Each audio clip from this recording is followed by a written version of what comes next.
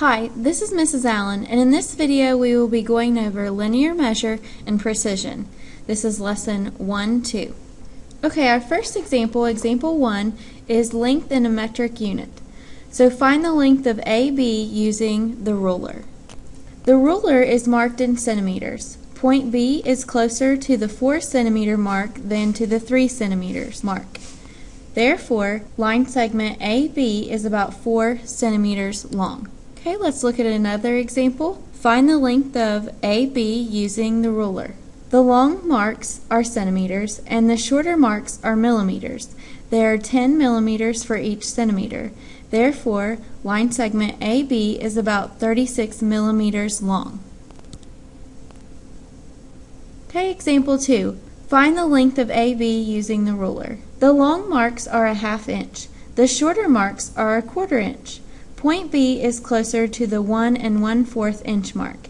Therefore, AB is about 1 1/4 inches long.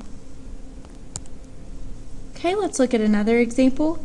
The shortest marks are 1/16 of an inch. Point B is closer to the 1 12/16 inch mark. Therefore, line segment AB is about 1 12/16 or 1 3/4 inches long. Okay, example 3, precision. Find the precision for each measurement. Explain its meaning. Here we have 7 millimeters.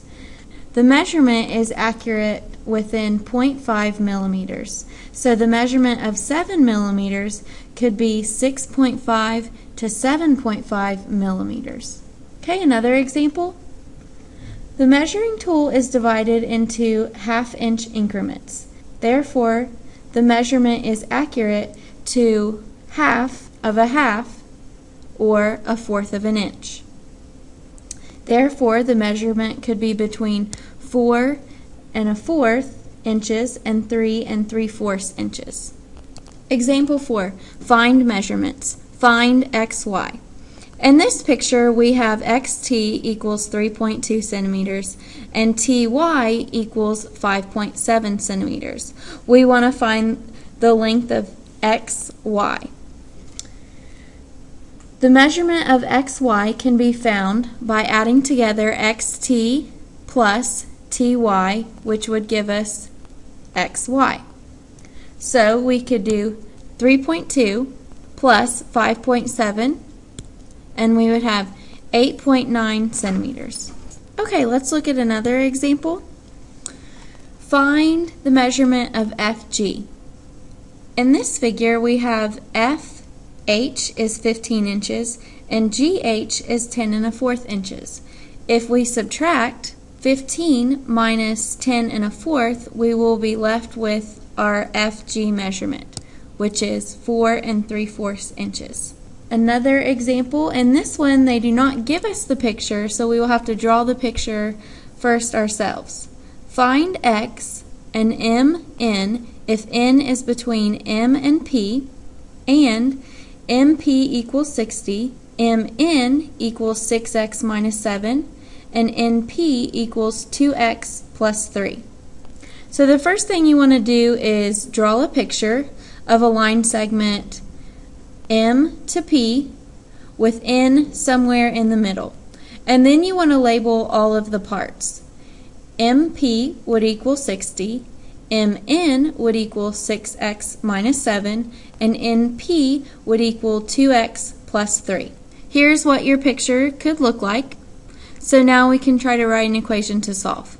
6x minus 7 plus 2x plus 3. If we add both pieces together, we will get the full length of MP, which is 60. We can combine like terms. 6x plus 2x equals 8x. Negative 7 plus 3 equals negative 4. We can add 4 to both sides, leaving us with 64 equals 8x. 64 divided by 8 equals 8. So x would equal 8. We can plug it back in and get the length of MN. So if we look at what MN represented, 6x minus 7, we can plug in 8 for x. And if we do that, 6 times 8 minus 7 gives us 41. Okay, One more example, congruent segments. In the graph, suppose a segment was drawn along the side of each bar. Which categories would have segments that are congruent?